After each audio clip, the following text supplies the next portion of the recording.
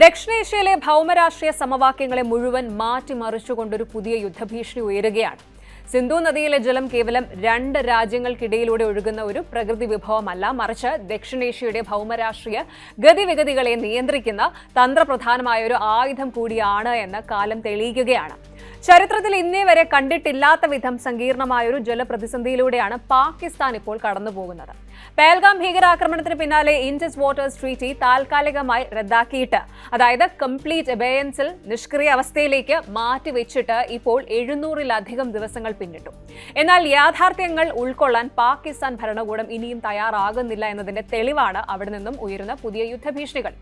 കടുത്ത ജലക്ഷാമം നേരിടേണ്ടി വന്നാൽ ഇന്ത്യക്കെതിരെ യുദ്ധത്തിന് മടിക്കില്ല എന്ന് പാകിസ്ഥാൻ പ്രതിരോധ മന്ത്രി ഖ്വാജ ആസിഫ് പരസ്യമായിട്ട് പ്രഖ്യാപിച്ചിരിക്കുന്നു. എന്താണ് ഈ ജലയുദ്ധത്തിന് പിന്നിലെ യഥാർത്ഥ കഥ? നമുക്ക് വിശദമായിട്ടൊന്ന് പരിശോധിക്കാം. ആഗോളതലത്തിൽ തന്നെ ഏറ്റവും മാതൃകാപരമായ ഒരു അന്താരാഷ്ട്ര നദീജല കരാറായിട്ടാണ് 1960 ഒപ്പുവെക്കപ്പെട്ട സിന്ധു നദീജല കരാർ വിലയിരുത്തപ്പെടുന്നത്.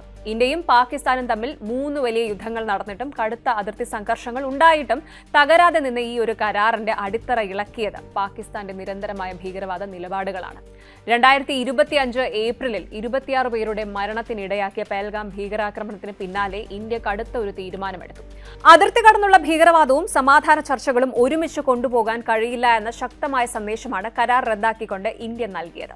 ഭീകരവാദത്തെ പ്രോത്സാഹിപ്പിക്കുന്നവർക്ക് സിന്ധു നദിയിലെ ഒരു തുള്ളി വെള്ളം പോലും നൽകില്ലെന്ന ഇന്ത്യൻ പ്രതിരോധ മന്ത്രി രാജ്നാഥ് സിംഗിന്റെ പ്രസ്താവന ഈ കടുത്ത നിലപാടിന്റെ ആവർത്തനമാണ്.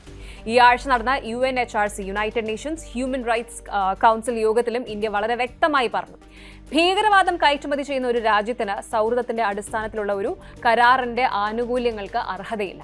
1960 കരാർ ഇപ്പോൾ തികച്ചും ഔട്ട്ഡേറ്റഡ് ആണ്. ഇന്ത്യയുടെ ഈ കർശനമായ നയതന്ത്ര പ്രതിരോധം പാകിസ്ഥാന്റെ കാർഷിക മേഖലയും സമ്പദ് വ്യവസ്ഥയും പൂർണ്ണമായും തകിടം മറിച്ചിരിക്കുകയാണ്. കാരണം പാകിസ്ഥാന്റെ കൃഷിയുടെ 90% ഈ ഒരു സിന്ധു നദീതടത്തെ ആശ്രയിച്ചാണ് നിലനിൽക്കുന്നത്. നിലവിൽ പാകിസ്ഥാന്റെ ഒട്ടുമിക്ക ഭാഗങ്ങളും കടുത്ത ജലക്ഷാമത്തിലാണ്. സിന്ധ് പ്രവിശ്യയിലെ ജലസേചന വകുപ്പിന്റെ ഔദ്യോഗിക കണക്കുകൾ കേട്ടാൽ ശരിക്കും ഞെട്ടും. അവിടുത്തെ പ്രധാന കനാലുകളായ നോർത്ത് വെസ്റ്റ് കനാലിൽ 64.1%, ദാദു കനാലിൽ 82%മാണ് ജലത്തിന്റെ കുറവ് രേഖപ്പെടുത്തിയിരിക്കുന്നത്. പാകിസ്ഥാന്റെ ജീവനാഡിയായ സുക്കൂർ ബാരേജിലെ ജലനിരപ്പ് അപകടകരമായ രീതിയിലാണ് താഴ്ന്നിരിക്കുന്നത്. കറാച്ചി പോലുള്ള വൻ നഗരങ്ങൾ കുടിവെള്ളമില്ലാതെ വലയുകയാണ്. കനാൽ ശൃംഖലകളൊക്കെ ഏതാണ്ട് പൂർണ്ണമായി വറ്റിവരേണ്ട നിലയിലാണ്.